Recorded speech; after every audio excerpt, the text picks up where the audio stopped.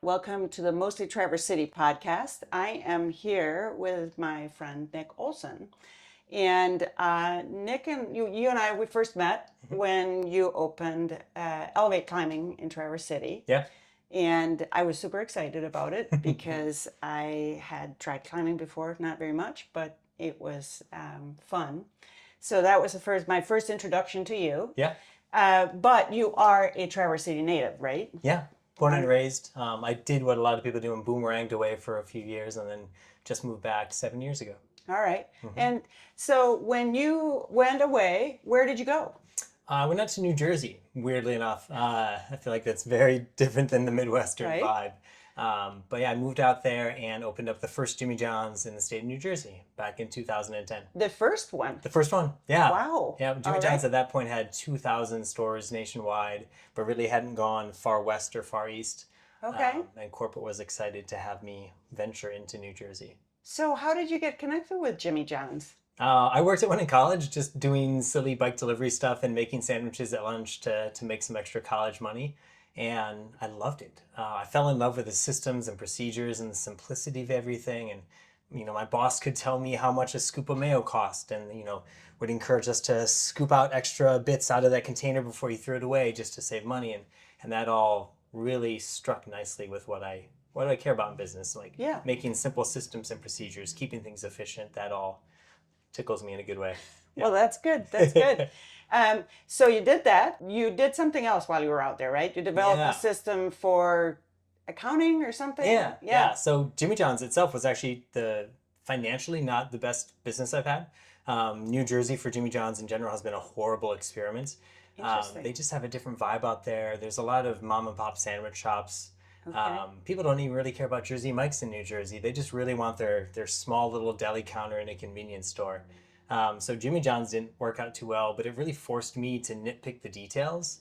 So when I started to look at my financials and realized how much I was spending on bookkeeping and accounting to get kind of a subpar service, I realized there was something there. Talked to other Jimmy John's franchisees. They were all in the same boat, unhappy with their service. And so I built a bookkeeping and accounting service for Jimmy John's franchisees. That's so cool. So do you have a degree in bookkeeping? Nope. Nope. Just learned as you went? Just learned as I went. And so I wasn't ever doing the bookkeeping. I basically found a company who did kind of franchised bookkeeping. And I said, these are the things I need. Here's the chart of accounts I need. I need it to be done quickly every month. I don't need all these extraneous things that are going to cost extra money. So we were able to pare down the services to what we really needed and get the price down where it made sense. And by doing that, it also made it more efficient for you to be able to look at the numbers that you actually needed to know instead of having to sift through a million things and set up parameters. That was the joke we always said too. It's like, it's pitiful that most businesses get their financials, they put them in a box, they show their accountant at the end of the year, and they've been paying for all this. But if you can use them every month to show your managers, hey, you know, we need to cut our COGS, we need to increase our upselling at the register, we need to, they should be useful tools in your business. Right. Knowing your numbers is key, but a lot of people don't want to know their numbers. No, it's just extra work and effort for most people. Well, and it means that sometimes you have to adapt and adjust, which is not always fun. No. Recognizing, I should have done that instead of this. But anyway, all right, so you did that. You're obviously not doing that anymore. Nope. I still am from home. So I ended up selling that company to a larger company called Ceteris, and they do franchised bookkeeping for tons of businesses around the country. And so I still help them consult when they're doing Jimmy John's clients. So I jump on sales calls and talk sandwiches once in a while. All right. Yeah. So do you ever want to go back to making sandwiches? I do, yeah. So there's the local owners in town are really nice people. And I've been working with them ever since I moved home. I'll jump in a random lunch shift, or they'll text me in the morning and say, oh my gosh, we're understaffed, could you help out? And I love it. It's so that's fun. Awesome. I love hearing that. And they are amazing. They're so generous and just do a ton of good in the community. So they do. Nice shout out to them. Yeah. So anyway, so you moved back 7 years ago. What brought you back? Family for the most part. Yeah. I have nieces and a nephew. My parents and sisters are both in town here, and I spent too many Christmases on Zoom. Just, they would place me on the mantle of the fireplace and I'd be sitting, in the Jimmy John's prepping for the next day or something like that. So I missed enough soccer games and holidays and dance recitals that I felt like it was time to get back. It's time to get home. So aside from family, what was something else that brought you back here? Excitement for new projects. I've been doing Jimmy John's at that point for 8 years or so.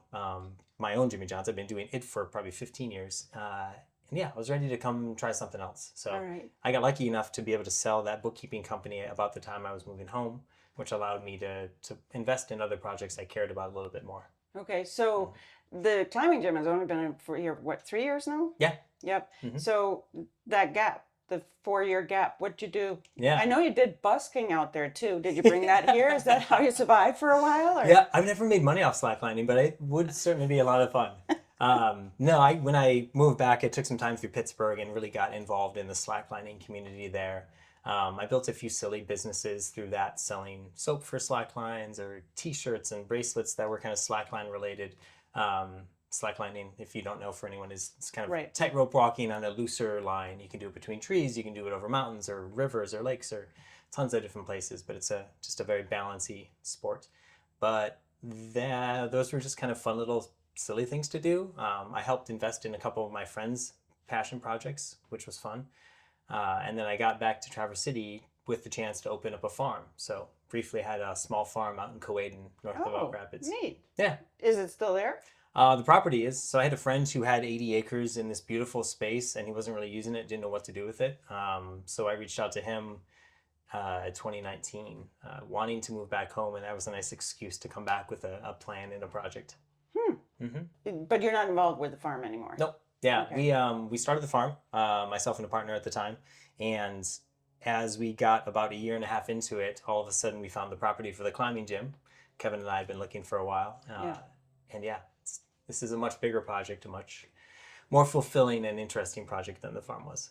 Well, I do miss that, but yeah, it's different. But you built such a nice community here, though, in the climbing world, and for anybody that hasn't tried it, it's like I love coming. I get kind of grumpy if I don't come. Actually, it's like and for 2 reasons. One, because I just miss the community, and secondly, because it's amazing how quickly I lose. I'm afraid of heights, which is one of the reasons why I started climbing, because I'm like, I gotta work with that. And there's just so many neurological things that happen when you climb. I regain the fear of heights really quickly when I haven't climbed for a while. And it's amazing how quickly my hand strength goes down. Yeah. Like just like the finger. Yeah. So, but I love just coming. It's just fun. It's challenging. So if you haven't tried it, I recommend that you check it out. So, so you have another project, and that's where we're sitting in right now. Yeah, we're sitting in a sauna. I'll say sauna and sauna back and forth interchangeably, but I've been using sauna for the last 7 or 8 years for myself. When I got a home in Traverse City, that was one of the first things I put in it. Oh, really? Okay. Yeah, and it ended up being a space where friends would come to hang out, and we would always make sure we had a sauna session, or if a friend was sick and wanted to kind of sweat it out for a while, I'd turn it on, they would go in on their own, and then that was that. And we started having business meetings. Kevin and I, or other friends with different projects I was involved in, we'd meet in the sauna. It can just be such an interesting space for people to open up and be vulnerable. You're all sweating there together, you're hot, your heart rate's beating a little more than normal, and it's a great place to share. So after doing that with myself for so long, I realized I wanted to share it with other people, and couldn't figure out exactly the business model I wanted. A lot of people for a long time have been doing delivery style or kind of drop-in style saunas, where maybe you'll have it at a vineyard for a day and people can sign up for sessions there, or you can rent it for a bachelorette party and have it at your house for that weekend or something. But I wanted to have it be more like the climbing gym. I wanted to have it be a community space where people could have a consistent schedule, could have memberships, and build those ties, those bonds, that community. That's so cool. So you have 2 right now. Yep, we're sitting in one of those 2. And then you're building 2 more, right? Yep. Yeah. Okay. So number 1 is over at Mount Holiday in Traverse City. This one will be right behind ELEV8, maybe opening up this weekend. Waiting on some things. And then number 3 will be back down in Grand Rapids. We found a cool location on Wealthy Street, just a mile or so from downtown. And number 4 will be on Old Mission Peninsula. We're still finishing off the negotiations with Peninsula Township, but it seems good. You seem like you're in good graces out there. That's good. Yeah. And one of the unique things that you have with your saunas is you also have cold plunging, right? Yeah. Yeah, so we don't have those units here yet. They should be here on Thursday in 2 days. But that's a big part of what we do. We want the thermal therapy. We want that back and forth contrast therapy. So we have the wood-fired sauna that sits between 180 and 200 degrees most of the time. Not right now. And the cold plunges sit between 35 and 45 degrees. So you have a chance to sit in the sauna. You have a chance to go outside and sit in chairs and relax in the cool air. But then you also have a shower and those 2 cold plunges. So we give you 70 minutes to do whatever you want. This is your experience. It's meant to be personal in a social setting, but listen to your body, do what feels good. It's a back and forth. It's fun. Right, because even if you're in the sauna, anybody that's ever done hot yoga knows, like, if you go in the hot yoga room and then you come out, even if it's 90 degrees outside, you've been in 110 or whatever it is, and it feels cool. But I do recommend that you try the cold plunge. Yeah. It's a challenge. Yeah. For your system and for your mind. A lot of it is mind over just being able to calm your system down. Yes. To be able to do that. I think generally most people enjoy the sauna. Like, it feels good to be warm and kind of cozy in here. And most people, even if they say they like the cold plunge, it's a struggle, it's a challenge. But I'm shocked. We expected maybe half the people who came and did the service would use the cold plunges. But it's 95%. Oh, Everyone really? will watch their friends do it and see the excitement they get. And when you get out, you feel just jazzed and you have adrenaline running through your system. So yeah, you watch 1 or 2 people do it and you're like, yeah, I'll give that a try. I'll try it. Yeah. So aside from getting involved in like the gym or in the sauna, if somebody moves to Traverse City, what is some way that you feel like, if you're new to this area, where would people go to be able to get plugged in and kind of build a community? Yeah. Some areas where you feel like people can connect well. For sure. Couple suggestions. So like when I moved back home, I had played soccer for my whole life. And so I moved back home and someone had just started a social sports league for adults. I joined a random team of people, just signed up as an individual. And some of my best friends now are still from that team. It's That's 6 years amazing. later and we still play on the same team together. It's so cool. So that same friend who built that business ended up moving downstate and selling that business. So now I'm one of the owners of that. So I can cool. help get people together doing that. So Grand Traverse Social Sports is a really good group in town. And then I also joined a group called the Northern Navigators, and that's through Traverse Connect. But that's a group of people. You can look it up online, but it's Northern Navigators. And you can look through a bunch of people's profiles. And if you're coming to Traverse City and you have questions about childcare or housing or finding community in sports and things like that, you'll be able to see profiles of people and pick the people that you would like to meet up with.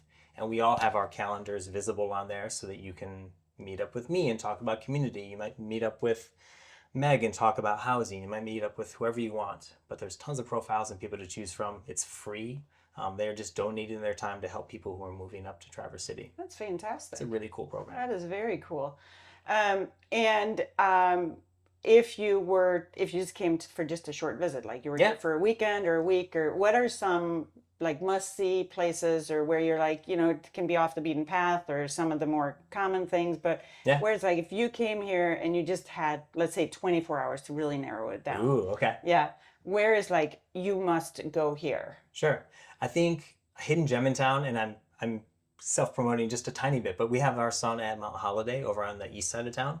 And I think that's a hidden gem out there. They just added a beer garden out front. They have a restaurant and bar, but they have zip lining that I think no one in Traverse City. I did not know Right. that. That's great. They've been doing that for years and they have that out there. It's Really? half the price of Boyne. It's still really cool, and you shoot down through trees on the zip lining course, and so that's neat. That's out there. You can go for a hike. You could take your dog back out there, do some zip lining, do a sauna and cold plunge, and then sit at a beer garden and have a brew after. Like, that's a beautiful... It's like a full day event. Yeah, you can do your 24 hours right there. Right there. You don't even have to do anything different. Pack your like little camper van and just plop it out there. Yeah. I think my other one, though, truly, we have the Tart Trail about 20 feet from us as we're sitting here. Rent a bike from one of the bike shops here, City Bike, Brick Wheels, one of these two. Rent a bike and then just be able to do whatever you want throughout the day. You can go from Sutton's Bay and Hoplot to Farm Club, way out to Stonehound Brewing. There's restaurants and activities all the way through on this amazing resource we have. Right. So you're moving around a little bit. Yeah. Those are great suggestions. Thanks. So last question. If you are to think of yourself that like the secret sauce, or what's like your superpower, if you think about what that is for you, what would you say that is? It's kind of funny because now it's the thing I'm trying to promote in other people. Like I'm trying to give people third spaces where they can connect with each other. There's always like your home, your work, and your third space, and that's where you find your community. I've always been really good at keeping friendships around, finding communities, building them up. So yeah, now when I have a new project or something I care about a lot, it's easy to go, yeah, I can reach out to Augusta for this or Joe for that, and find ways to put projects forward. I'm a good connector. I like that. We need connectors. It's fun. Yeah, it is fun Yeah. because it really is what ties people together, is those connections. And I might not know somebody, and I can say, hey, Nick, do you know somebody that can help me with this? Or, or if you have a gift of some sort that you want to share, it's like, oh, I know somebody that could use that. Yes. So that's a super cool. Yeah. Well, thank you so much for being on this You're so podcast. welcome. Yeah. And Thanks for joining me. all the contact info for Nick will be on the show notes. And thanks for tuning in and being part of this. Thanks. Have a great day.